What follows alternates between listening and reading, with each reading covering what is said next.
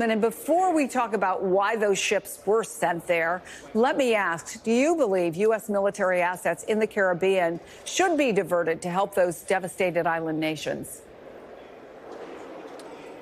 Yeah, Chris, I do. It's a long tradition of the United States and the United States military helping devastated areas. And, of course, the purported reason why the military is there, which is apparently to interdict drugs and to undertake these lethal attacks that we have been doing, that's illegal. Those are illegal strikes. They have not been authorized by the Congress. And, even if because you're Pete Hegseth and you get really jazzed up on the testosterone rush that comes from blowing up a boat with a couple of guys on it, that is not the way you're going to interdict drugs, right? Drugs come largely, certainly fentanyl, which is responsible for the vast majority of deaths in this country, comes out of Mexico from the cartels there. There is cocaine coming out of Colombia, not so much Venezuela. So what we see there is massive numbers of military assets deployed for purely performative reasons, setting aside, by the way, how illegal it is to have the military without authorization deliberately killing civilians. It's purely performative. So if the military assets there can actually switch to start saving some lives in Jamaica, that would actually be a step in the right direction. Well, you say, and you're not alone in this, in saying that they're illegal strikes, but the Trump administration has been expanding strikes against alleged drug traffickers. They killed 14 people in attacks on multiple boats off Mexico's Pacific coast just in the last few days. Senator Rand Paul is among the few Republican critics. Here's what he said. To be clear, we've got no information. I've been invited to no briefing, but a briefing is not enough to overcome the Constitution. So far, they have alleged that these people are drug dealers. No one said their name. No one said what evidence. No one said whether they're armed. And we've had no evidence presented. So at this point, I would call them extrajudicial killings. You're the ranking member of the House Intelligence Committee. Have you seen any evidence to support the administration's allegation that these are narco-terrorists? Well, no. Like Senator Paul, no, we have not seen lists of the individuals who were targeted.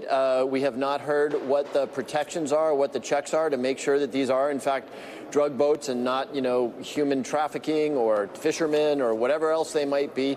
As somebody who's been involved with the intelligence community for a very long time, I'm very familiar with the incredible checks that we put on any lethal activity. A lot of it is counterterrorism around the world. It is a really complicated and careful thing to make sure that we're only taking out those people that we want to take out. And, oh, by the way, let's not forget that this is not legal. Senator Paul said it exactly right. To use our military for lethal strikes abroad requires, under the Constitution, a congressional authorization. It's not debatable, really. And the administration is saying, oh, but no, these are terrorists. Now, they're not terrorists. They may be drug runners. We don't know that for sure. But just because you call somebody a terrorist, we call lots of people terrorists, doesn't mean that the military is authorized to go after them. And if no other reason, and look, I talked to an awful lot of people who, despite the fact that this is illegal, are comfortable with lethal action against purported, maybe, cartel members. Where does it stop? Do we now start executing drug dealers on the corners of Brooklyn? Where does it stop if all of a sudden the government, without telling anybody anything, can take this kind of lethal action just because they've decided that they've got the right to do so? Yeah, on the other side, Politico writes the White House is actually counting on this issue to be such a winner with American voters that the operations won't need a congressional stamp of approval. Look, they go out there, they say we're taking drugs off the street. That's a pretty popular position. It's not like people want drugs on the streets. But only about an hour ago, Senator Lindsey Graham seemed to essentially be daring you folks, daring Democrats to just go ahead and try and stop them. Take a listen. I love this debate. I look forward to the debate. The president has all the authority in the world, and if you want to fight over this, let's fight over it. I think most Americans are going to be with Trump. Is that what this is? Is this a political question? No, it's not. And Senator Graham could not be more wrong, and it's beneath him to say what he just said. He knows, as well as I do, that there is no legal authorization for these strikes. There isn't.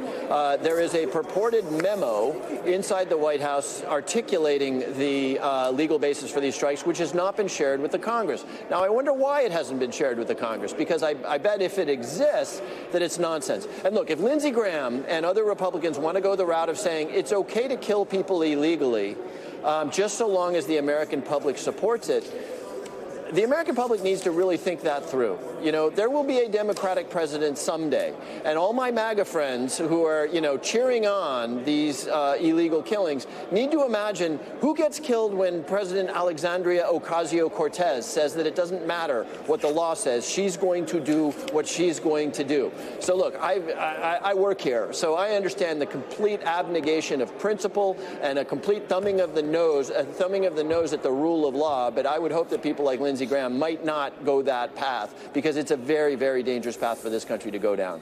So let me take you full circle then back to the boats that are already in the Caribbean and the plea that we heard from somebody who's trying to work to help folks who are there, saying we need the U.S. help. You know that USAID has largely been gutted. We've heard that sort of a rapid response team from the State Department, which has taken over some of those responsibilities, is on its way. Are you concerned about our ability as a country to do what we've done in the past, given the way cuts have been made? Sure. I mean, you've covered the story pretty well in the last 10 minutes about what happens when you do away with your primary arm for foreign aid. USAID doesn't exist anymore. And traditionally, USAID would have been part of the team that would help a country like Jamaica recover. We saw this in all sorts of other natural disasters just in the last 10 years or so. The military can play a big role there. The military actually has specific assets like hospital ships that if they decide to do so could really, really help. But yeah, of course, two things. USAID doesn't exist anymore. And by the way, nobody in the federal government is earning a paycheck anymore. So, and people should think about this, not just in terms of people who might be there to help Jamaica, but from the people who are keeping, air traffic control, the people who are keeping our aviation safe. These folks are not getting paid, and they're human beings, right? And, the president could order right now the Speaker of the House, who controls the House of Representatives, and John Thune, who controls the Senate, to get a deal done, to get those 7 Democratic senators so that we can reopen the government. Without that, our response is necessarily going to be an awful lot less robust than it could otherwise be.